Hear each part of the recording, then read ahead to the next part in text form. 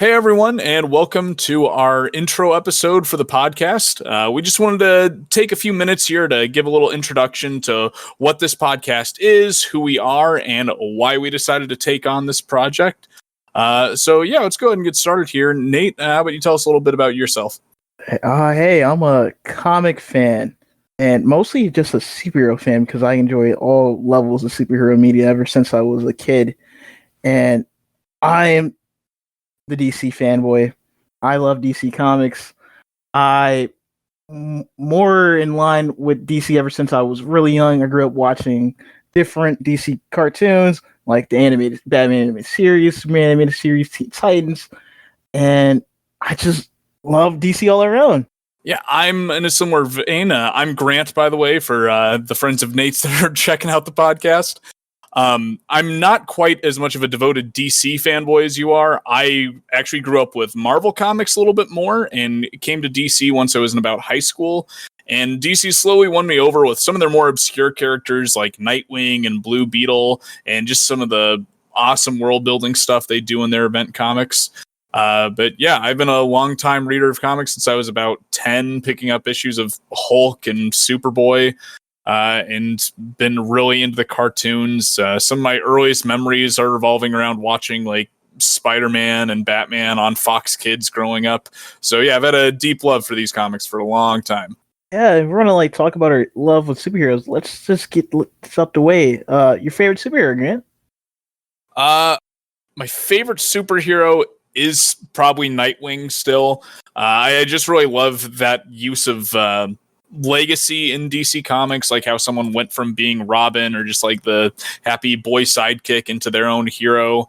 I think he is really interesting as like an alter ego. He has cool relationships with a lot of different people in the DC universe, like Batman himself, the Teen Titans, the Justice League. And I think he does cool things with his alter ego as far as like sometimes being a cop, which is a great alter ego for a superhero. Or doing stuff with the circus. I just really like almost everything about that character, especially his costume. That definitely helps, that awesome costume design. Yeah, I mean, as the resident DC guy throughout this podcast, you might actually be surprised that my favorite superhero isn't a DC character, it's actually Spider-Man. But because I'm a sucker for it. The marketing campaign that Stan Lee made for that character as a nerdy guy to be a superhero really resonated with me.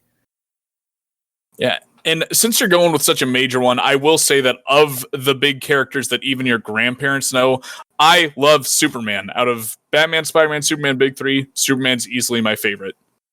Cool, we have some new DC character for your favorite. Yeah, for my favorite DC character, it has to be either Nightwing or Wally West. I go back and forth any day. I'm a big sucker for the rich history that we get from comic books, that it's a medium that had so many years developed, and you don't really get to see other medium that have a universe so big and expansive and just so many years to just develop as you have with comic books. And those characters really represent that aspect of comic books. Now, to give those of our listeners that aren't as familiar with comic books as we are a little bit of a idea of what exactly we're covering here, the New 52 was a big project that DC Comics launched in 2011. Basically, as a comic publisher who had been working since the 1930s, telling these stories, putting them all in the same continuity, things tend to get convoluted over time. And every 10, 20 years or so, they would try to do something to sort of reboot their universe and bring new readers in. They had a big event in the 80s called Crisis on Infinite Earths that really kind of defined comics going forward from that point. And then in 2011, they did their next major attempt at this with the New 52, which was 52 comic books that were going to be coming out feasibly every month that were just going to be a new jumping on point for readers, more or less rebooting the entire continuity. So the 70 years of stories that have been told before that, for the most part, went by the wayside. A lot of these people were starting fresh at this point. Others got to keep some elements of those if it was really important. But yeah, that's what the New 52 was. So our goal for this podcast is to cover all 52 of those books. Yeah, and we're going to be reviewing every series every little miniseries. If it under the New 52 publication line, we're gonna be reviewing it. Not just DC now. We're not gonna be like looking at Mad Comics or anything like that. But if it's DC, New 52, no matter if it's a superhero comic or not, we're gonna be covering it. Now, there is one notable exception we want to put out there because it's about a popular character, but we will not be covering Green Lantern with the initial run of this podcast because for whatever reason, DC did not reboot that title with this. The creative team on that, written by Jeff Johns, he'd been working on the character for several years before this relaunch and several years after, so that book just kind of works as its own thing. It's not really a hopping on point, and it's not quite as connected in the same way with everything else, so we may revisit that later, but just since it kind of breaks the spirit of the New 52, and we can't really compare it with the other books since it's not a relaunch at all, we've just elected we'd rather cover that in its entirety, predating the New 52 at some later point. Yes, so we will cover it eventually. It may take even a few years to get to that point, but if we really want our New 52 achievement badge, reading every comic so we can gloat about it, we will cover the Green Lantern run beforehand. We just, unlike Batman and his relaunch New 52, is not really good jumping on point with Green Lantern. So if we want to give that book a justice that it well deserved because it's a fantastic series, we're going to be covering it later on. Now, Nate, this whole podcast was really your idea originally, so what made you want to cover the New 52 of all things? As a DC fanboy myself, the New 52 was really divisive between us DC fans or comic readers as a whole. It really took out legacy characters, like the sidekicks that people love, or the old heroes from the 30s, and the reception on the New 52 is really negative light. And as a comic reader that really didn't really get in the comics like the meat, having like a big old pull box until around 2016, I, even going back on the New 52, I really want to have the deep dive of every comic and see if it's as bad as people say it is. In kind of a similar boat. I just see the New 52 as such a major event in DC Comics and comics history in general that I think it's something worth doing this big of a deep dive into. Pretty much anytime you recommend a DC comic book to someone now, you have to at least address the New 52. Whether it's a book like Batman or Aquaman, where you're going to be telling people like, hey, yeah, you should check out the New 52 version. Or if it's something like Teen Titans, where you need to tell someone to stay away from the New 52, it's at least part of the discussion regardless. And on top of that, I just think it's such an ambitious project. It really was too big for DC's abilities at the time. Like, there's not a publisher out there, whether it's novels or comic books, that I think could put out 52 quality books every month. I just don't think any publisher has that creative talent, especially with the kind of deadlines that happen with comic books. But with it being 52 books, it's a ridiculous size that's going to take us forever to cover, but it is achievable. Now, some of these books only lasted 6 or fewer issues, so knock them out in a single episode. Others lasted upwards of 50 issues and are going to take some time to get through. And that's not to mention all the crossover events, miniseries, and other wild things DC tried to pull during the lifespan of the New 52 during this run.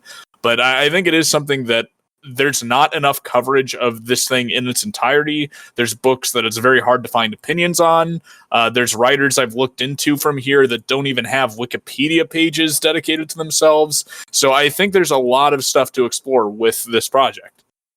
Yeah, it's not a lot of episodes or YouTube videos or whatever just talking about runs in its entirety. Like, we can see we'll talk about a Batman run from New 52 or Aquaman run from New 52, but we don't really hear a deep dive in even any comic line for that instance. And the New 52 is a perfect example of just exploring a comic line or a comic universe for a certain amount of time, and not just a surface detail but in-depth analysis on it.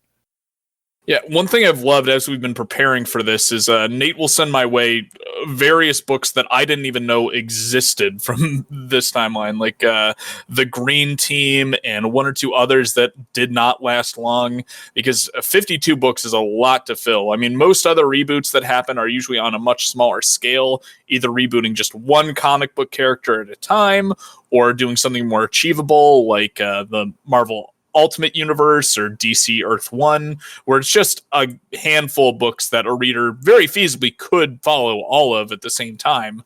But 52, there's just no one out there is buying 52 books every month for any extended period of time. I agree. And let's go over a little history of the New 52 and why it's so important nowadays.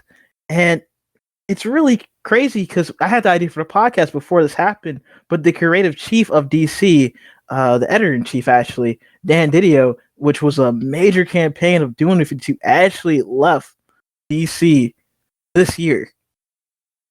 And that's just a crazy coincidence that it happened when we're booting up for this podcast. Yeah, it's just really convenient timing. This wasn't really planned at all. It just happened to occur while we were getting ready and recording some of our test episodes and our first initial bunch that we're going to be releasing.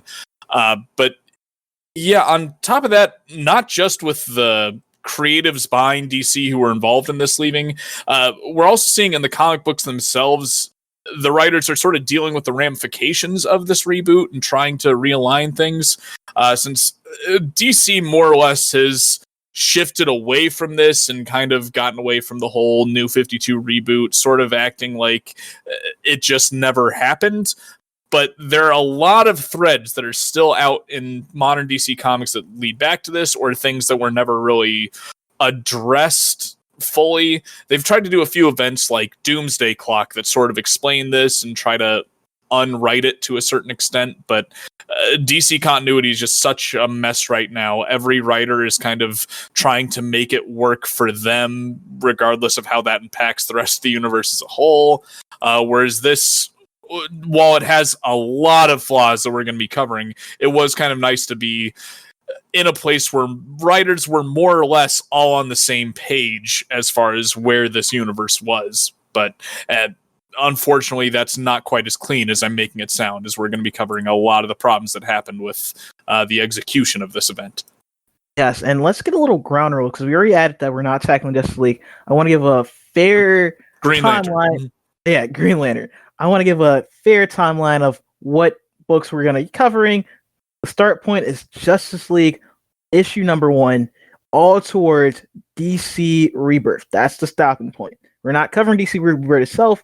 We're covering all the books leading to DC Rebirth, because that's a different era, even though it's the same universe. And New 52 universe is technically still the main universe. I use technically really hard. I feel like that's the best stopping point. If any day after we cover how many years this take to cover all the New 52 books, we may consider doing the Rebirth line, but that is still up for debate. Now, what exactly are you expecting going into this? How do you think you're going to feel about most of these books? I am optimistic. Because I don't think the comics are as bad as people say. I feel like most of the issue are outside the comic, because there's a lot of controversy that we'll cover in the actual books that actually tackle the controversy and happen then. That I feel like editorial is the real mix-up that happens here, because as I want to say now, the New 52 was a rush job. This New 52 didn't have years of planning that you expect for a line-wide reboot. It feels really rushed, especially because it wasn't not a really consistent timeline that we'll be harping on. Yeah, and to kind of elaborate on that a bit, this whole project of DC's with New 52, part of the history that's important to know is that, yeah, this wasn't something they'd been planning for a long time. They were in the middle of a big summer event called Flashpoint when the higher-ups decided, hey, we're going to reboot the entire comic universe here. This event is what's going to do it. I know that wasn't the original plan, but just roll with it. So without those years of planning, things are really going to get messy with the continuity here. Like, not all the writers are in the same room deciding certain details about these characters. So I know that the continuity is going to be a mess going into this. But I'd say I'm generally a little more pessimistic going in. I know there are a couple really good books in here that I'm looking forward to exploring. I also know a couple of the terrible ones that I'm hoping we at least have a fun time poking fun at. But I'm afraid the bulk of them are just going to be bland superhero books. Like, to spoil an eventual episode here, one of the only books from the New 52 I've actually tried before this was Nightwing. And from what I recall from that, it was a pretty unmemorable experience, just sort of monthly superhero book dealing with standard superhero fare, nothing really new going on, nothing groundbreaking or anything. And I think that's something that's going to happen when you have 52 mostly superhero books coming out. You can't be breaking trends every single month, because then you just don't have trends. So I worry that we're going to be dealing with a lot of bland here. I have read a lot of New 52 books. I haven't read all 52. I read most of the main title characters like Batman, Superman, Wonder Woman, Flashes beforehand. I'm actually looking for hidden gems of characters that people don't really think about. That's what I'm really seeking, because it's a couple books based on characters that don't get a lot of spotlight, and hopefully, even if they didn't last long, I can have a good hidden gem I can bring up. But let's move on to like a little publication history, and let's start out by saying New 52 was really profitable at first. On like the monthly charts for comics, New 52 had 8 out of the 10 slots of straight New 52 number ones, and it was really good, but it just didn't last. So by the end of 2012, I believe, books were really sinking, cancellations were going on, and it was really like a short-term game, because they was dealing with the consequences of New 52, even to, let's say, today. Yeah, and while that certainly sucks for DC, that's part of what made me willing to be going into this podcast in the first place, is knowing that, like, okay, that first month was big. Those first issues were really trend-setting for a while, or beating Marvel out for just a month or two, but then so many of these got canceled before they even hit 6 issues. So I know that we're not going to be covering 52 books for that long. That number is going to shrink really quickly when we do our second round of episodes. But yeah, I know that this was really a mixed bag as far as success goes for DC on this. Yeah, I agree. And one last thing about New 52 is that it's out of doing any comic line, because I had a lot of ideas doing different comic lines. New 52 has a clear beginning and a clear end, compared to us doing like a random Marvel line, because Marvel doesn't really have a clear beginning because they haven't rebooted, and it doesn't have a clear end because it's not an event that just sealed that era. Mm-hmm. And let me talk about a little about why people really dislike New 52. And one of the reasons is one of their favorite characters are gone. DC is, compared to Marvel, is really about legacy. We have characters from the 1930s, characters from the 40s, characters from the 50s, 60s, and so on. And most of those characters exist in DC canon beforehand.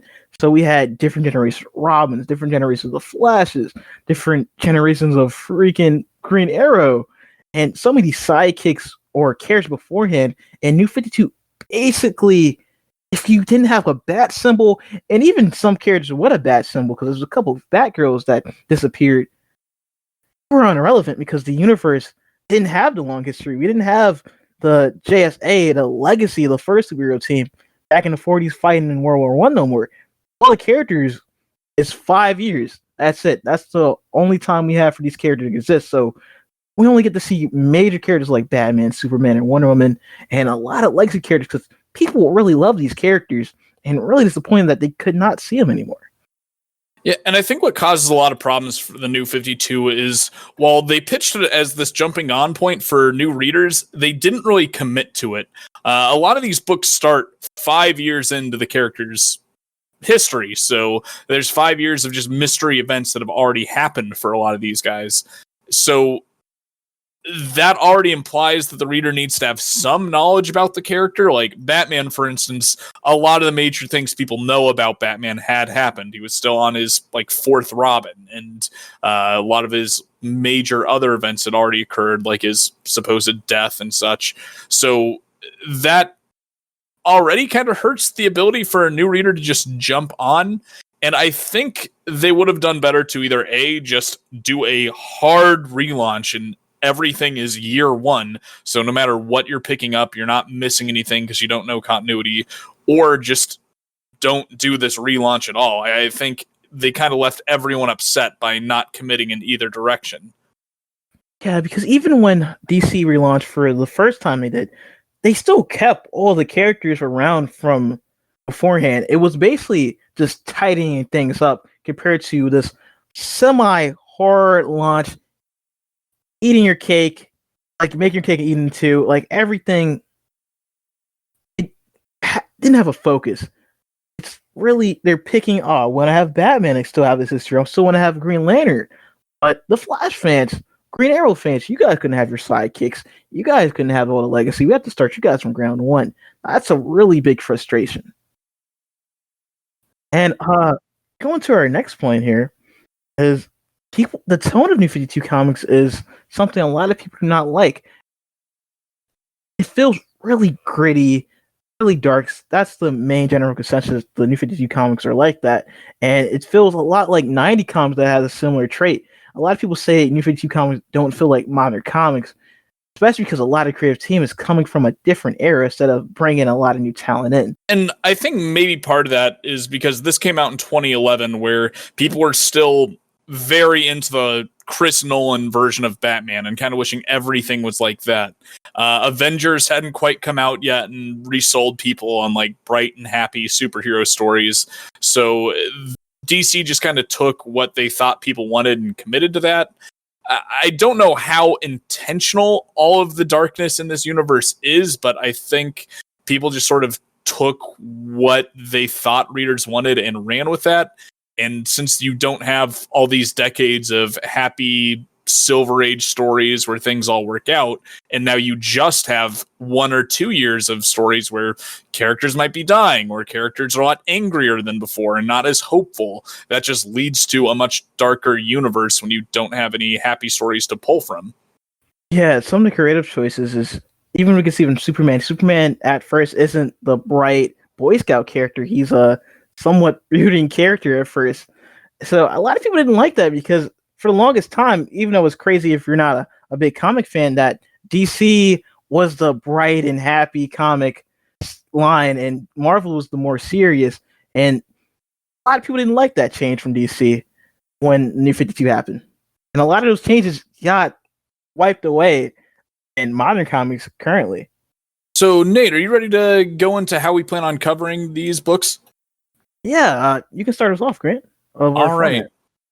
So the way we plan on covering these is to tackle each book at about 1 year at a time. Generally, the first 12 issues or so, or about the first 2 collected volumes in trade paperbacks. This way we can get a little bit more of each story before taking nearly a year to revisit the book. And we get just a more overarching idea of where this book is going and how the creative team is working. And this is going to have some added benefits here. For one thing, the books that got canceled after just a few issues, we can knock out the first time around, especially if they lasted a little more than 6. So if they went to 8, it's not the end of the world. Also, because of the weird sales and writers being fed up with working with just no guidelines on this when they're building a new universe, a lot of creative teams changed after just about 6 issues. So I think that's really going to help as well when books try to sort of course correct and change writers. I think it'll be really interesting to compare 2 different creative teams on a brand new book and the messes that causes. Yeah, it's the best for us to tackle this many issues at once. I mean, you know for sure we was not gonna read each issue at a time, then read an issue of Batman and read an issue of Superman. That wasn't gonna work. And I felt the going by volumes a little more easier. Let's say if one of our fans want to read along with us, because you can just look online, see what issues in the trade. You can either pick up the floppies or use DC Universe to read the comics online, or actually pick up the volume itself.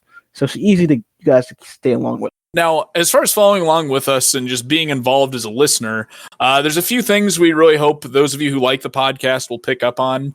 For one thing, we're going to be on both Twitter and Facebook. You can find us on Twitter at New 52 Podcast, and on Facebook as Comically Confused. Just look up our full title. You should see us, no problem. And from there's a lot of ways you can get involved. Every week we plan on doing a question of the week, usually relating to the book we're covering, but there's some leeway there depending on the subject matter and how far we are into a run. So those are more than welcome. We're always happy to kind of engage with our fans. And because we don't quite have a plan for an order of how to cover each book or what order we're going to be doing these in, since reading them as volumes, you can't quite go off publication order. It's just going to kind of be whatever we're feeling or whatever's related to other books. So if there's a particular New 52 book you really want to hear us cover, feel free to let us know and we can bump that up in our priorities and cover it sooner rather than later. Yeah, and we want to be straight up. These orders are a little out of order. This intro episode actually is coming right after we finish our first 6 episodes. So it's and we re-recorded Justice League number 1. So it might be a small quality dip in between Justice League number 1 and Justice League number 2, just to be clear from the beginning. Yeah, and that's probably the most important thing someone can do as a fan is just bear with us here because this is our first time running a podcast. As Nate mentioned, we re-recorded our first major episode, Justice League, just because over the course of the next few episodes we recorded, we learned a lot and kind of tightened our form a bit. So if that's going to be the first episode people are listening to, we want it to be one of our better ones. Just bear with us as we're learning here. We've done what we can to prepare. There were a number of practice episodes we did leading up to this, just so our listeners didn't hear us stumbling through our format and structure, and we're us building rapport with each other. So just bear with us as we're learning here. We're going on a literal non-existent budget, just going off the mics we have, the recording equipment we can get for free. We hope to improve that in the future, but it's going to be a process as the podcast comes. Yeah, and it's going to be a big gap in quality, and hopefully we keep constantly improving and bettering yourself between Justice League Volume 1 and end of New 52. So just stick around with us. All right. Anything else you're wanting to cover here, Nate? Nope, that is it. All right. Well, we really appreciate you giving our podcast a chance, and feel free to hop right into whatever episode strikes your fancy. Just about any of them, any Volume 1 should be a good starting point. We'll see you there.